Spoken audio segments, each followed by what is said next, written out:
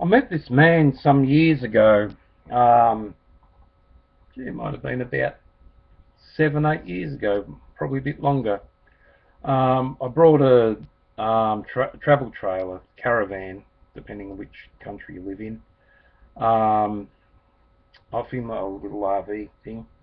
Well, anyway, that you sleep in, caravan you tow behind your car, or travel trailer you tow behind your car. Anyway, he had prostate cancer, and he was looking at, a little bit, sick for wear.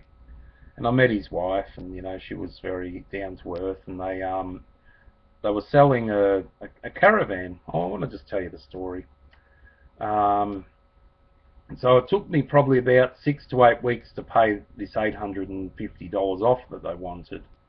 And as I was looking at it after I said I'd buy it, and they let me pay in installments, I saw, all the faults and all that sort of stuff. As if I brought it straight away, I wouldn't have seen the fault. So anyway, cutting the story short, he had to go into hospital with his prostate cancer, and his wife was, as I said, pretty laid back. I guess from my understanding, they wouldn't have had sex for a while because of the drugs that he would have been taking, and before he went into hospital, and a few other things like that.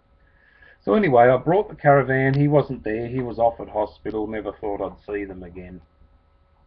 But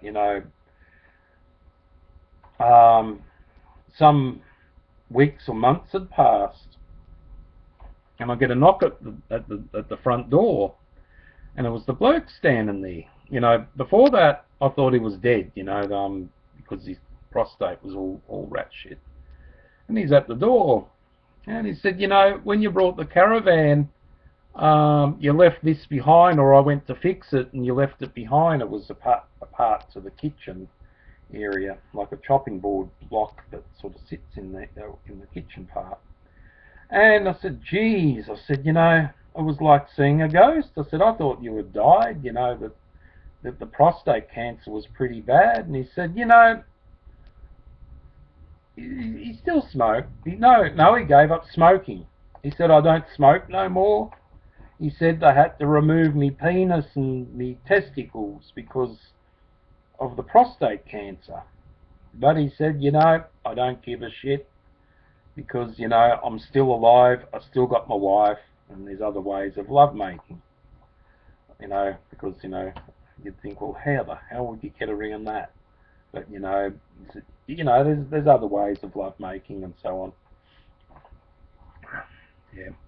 So, anyway, it got me thinking that, and he said, well, for the rest of my life, I'll have to be on hormone pills, But although he looked pretty good, and I thanked him for being, nice to come up and give me something that I had forgotten from the caravan after buying it. He didn't have to. He could have just let it go, be done with it. That's it. And I guess with the having the prostate cancer, he probably would have lacking hormones because his facial features looked a little bit girlish, and I guess that having a Jesus, sorry, well, looked so itchy anyway.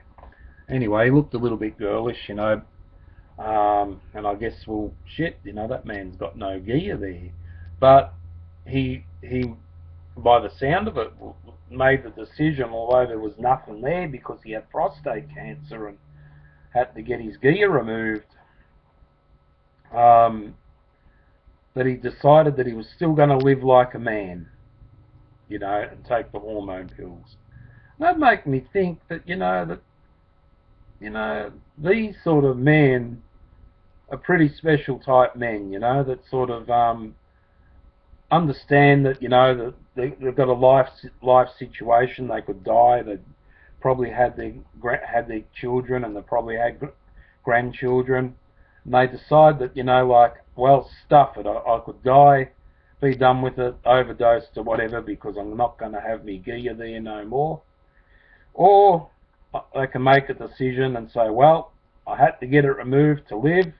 I'm still married, but I'll have to take hormones for the rest of my life. So yeah, it was a very interesting conversation in a short period of time that I had with him. But I spent a little bit of time with him when I was buying the caravan and going over there every fortnight to pay it off. He said there was other people who had offered him higher money and more directly, and here you go. But I just said to him when I saw the caravan, I said to him, look mate, I haven't even got a razoo, I'm broke till next fortnight, but I said I won't stuff you around. I said I'll pay it off within this time period. Can I get it? And I think he knew my sincerity by telling him the truth without stuffing him around. But I'm sure other people would have liked it, and would have had the $850 that he was asking for it, and it would have been out of his yard. So anyway, that's a story.